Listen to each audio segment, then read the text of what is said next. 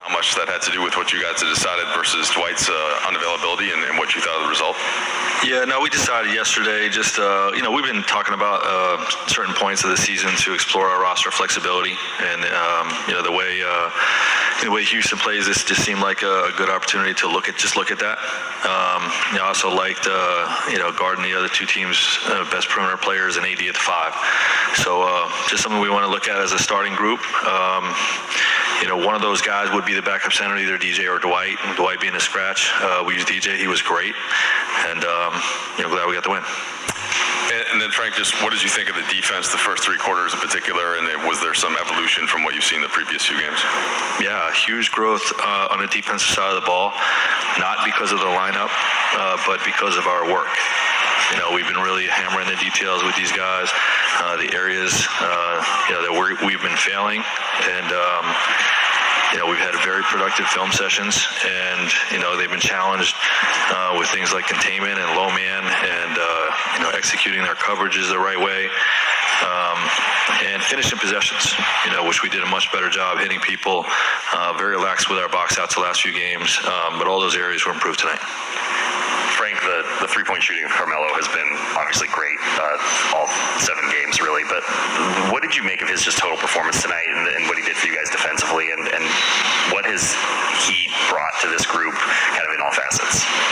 Yeah, I didn't expect to see him have a defensive performance like he did tonight, and he was great. Forget about the steals and blocks and strips. He's always good with his hands, but he was in the right position. And when you watch him on tape coming into this year, like, the effort's there. He plays hard on that side of the ball. We got to protect him in certain ways, and we're figuring that out and landing in some good spots with that. And we're asking him to do things within our system, like have low man collisions, which he was great with tonight. He's willing to do all these things. He can do all these things, and when he's providing that kind of performance on the defensive side of the ball with the way he's shooting it, he's a huge part of our win tonight. Frank, to the eye test, it appears that like a handful of Melo's looks on any given night are wide open. How much is that a product of him being able to read where the ball is and space, and how much is that the things that you guys are doing to draw the defensive attention to the ball to allow him to be in those spots? Yeah, well, he knows the right spots to be in, and we always try to put him on the backside when we're running certain action, knowing that the defense is going to collapse, and we want him to be the recipient of those types of plays. So it's a little bit of him, finding windows, to get himself open, and a lot of we got 3 guys that can really put pressure on the rim, in Russ, Brown, and AD. Hey, Frank.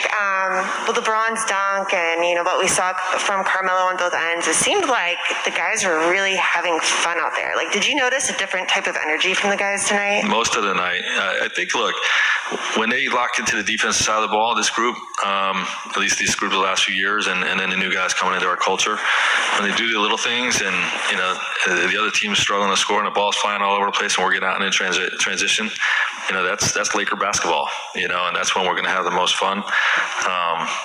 The ball didn't move as well in the second half, but, defensive stops to breaks, defines our culture, and that's a fun style to be in.